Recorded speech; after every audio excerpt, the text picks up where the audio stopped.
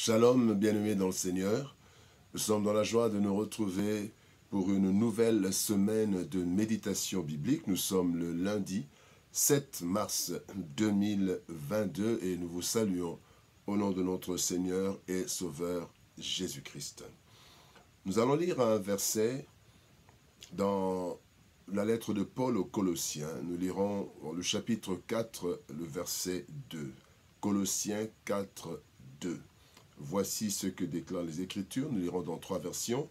Dans le second, il est dit ceci, second 2021, il est dit « Persévérez dans la prière, veillez-y dans une attitude de reconnaissance. » Lui second, il est dit « Persévérez dans la prière, veillez-y avec action de grâce. » Et dans la Bible du Semeur, il est dit « Persévérez dans la prière, soyez vigilants dans ce domaine et reconnaissants envers Dieu. » Bien-aimés dans le Seigneur, une prière efficace. Une prière efficace, tel est le thème de notre méditation de ce lundi 7 mars 2022. Il a été demandé à un serviteur de Dieu quel était son secret pour avoir un ministère si prospère. Il avait un grand ministère. Il a livré ses 3 secrets. Il dit, premièrement, la prière. Deuxièmement, la prière. Troisièmement, la prière. Bien-aimé, la prière est la respiration du chrétien. La Bible ne dit-elle pas dans 1 Thessaloniciens chapitre 5 verset 17, « Priez sans cesse ». Le Seigneur Jésus-Christ, bien que Dieu, avait beaucoup de temps de prière étant dans la chair.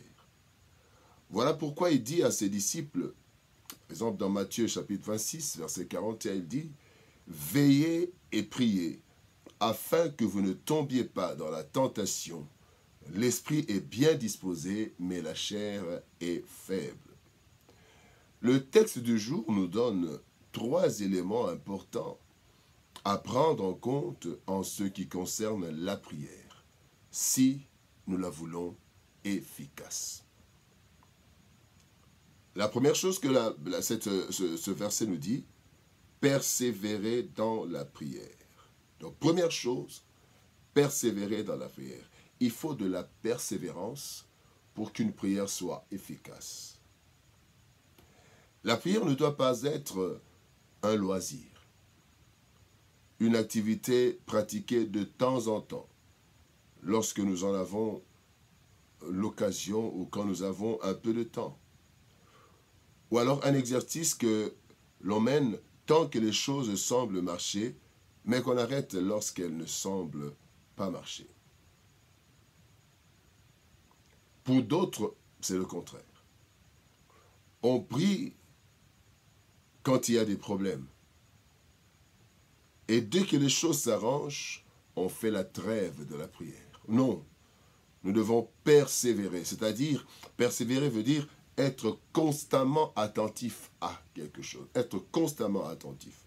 Persévérer veut dire continuer tout le temps. Bien-aimés dans le Seigneur, pour que notre prière soit vraiment efficace, il faut que nous persévérions. La persévérance démontre, entre autres, 3 choses, principalement. La persévérance dans la prière montre notre foi. Cette persévérance dans la prière montre notre attachement à Dieu et aussi, elle montre notre dépendance totale à Dieu. Nous n'avons pas d'autre endroit, nous n'avons pas d'autre adresse, nous n'avons pas d'autre plan, nous n'avons pas de plan B. Le seul plan que nous avons, c'est Dieu. Et là, nous persévérons dans la prière. Voici ce qui peut nous aider à persévérer dans la prière. 6 choses à savoir. D'abord, Dieu écoute toutes nos prières, mais il exauce en son temps et dans sa souveraineté. Le psaume 65, verset 3 dit « Ô toi qui écoutes la prière, tous les hommes viendront à toi. » Il écoute toutes nos prières, mais il exauce en son temps. et dans sa souveraineté. Deuxième chose, toute prière a un résultat. Visible ou non, toute prière a un résultat. Troisième chose, nous ne prions pas seulement pour obtenir des choses, mais nous prions aussi, bien-aimés, pour notre transformation, pour notre sanctification, pour notre protection. Bien-aimés, nous ne prions pas seulement pour avoir des choses matérielles, mais pour notre vie. Le deuxième élément que nous apporte ce texte du jour, c'est que nous devons veiller. Donc, veiller sur le niveau de notre prière. Nous devons y veiller. Il dit, veillez-y. Persévérez dans la prière, veillez-y. Bien-aimés, le texte du jour relève un élément important. Quand nous avons dit, veillez-y. Paul le dit à Timothée, dans 1 Timothée chapitre 4, verset 16, « Veille sur toi-même. » Bien-aimés, certains éléments peuvent décourager celui qui prie. Il y a la longue durée d'attente d'une prière, d'un exaucement, la longue durée. Il y a les réalités vécues pendant que nous prions. Il y a l'impression que Dieu ne nous écoute pas. Et puis aussi, il y a l'impression que tout marche à merveille.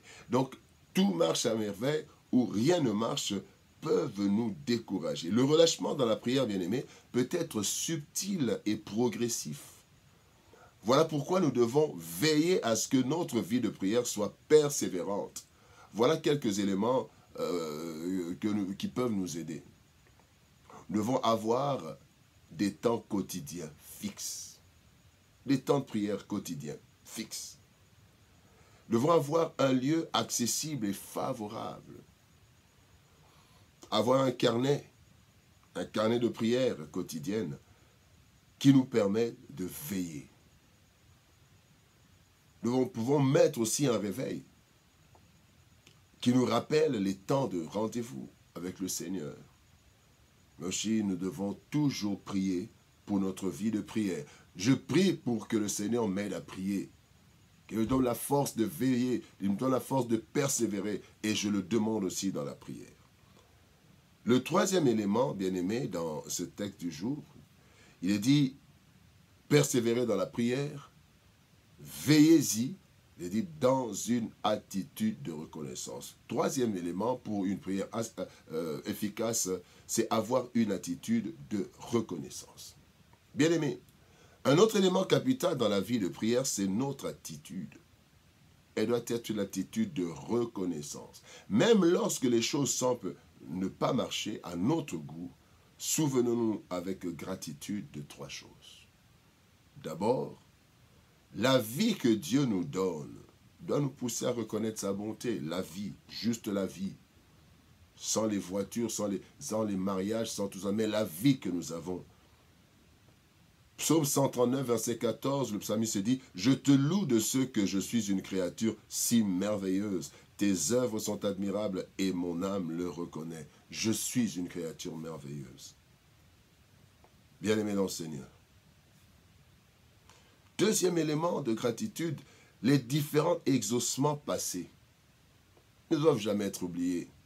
Colossiens 3,15, il est dit « Soyez reconnaissants. » Et enfin, troisième élément de gratitude, c'est que Dieu finit toujours par agir. Job 19, 25, « Mais je sais que mon Rédempteur est vivant et qu'il se lèvera le dernier sur la terre. » Bien-aimé, une prière efficace.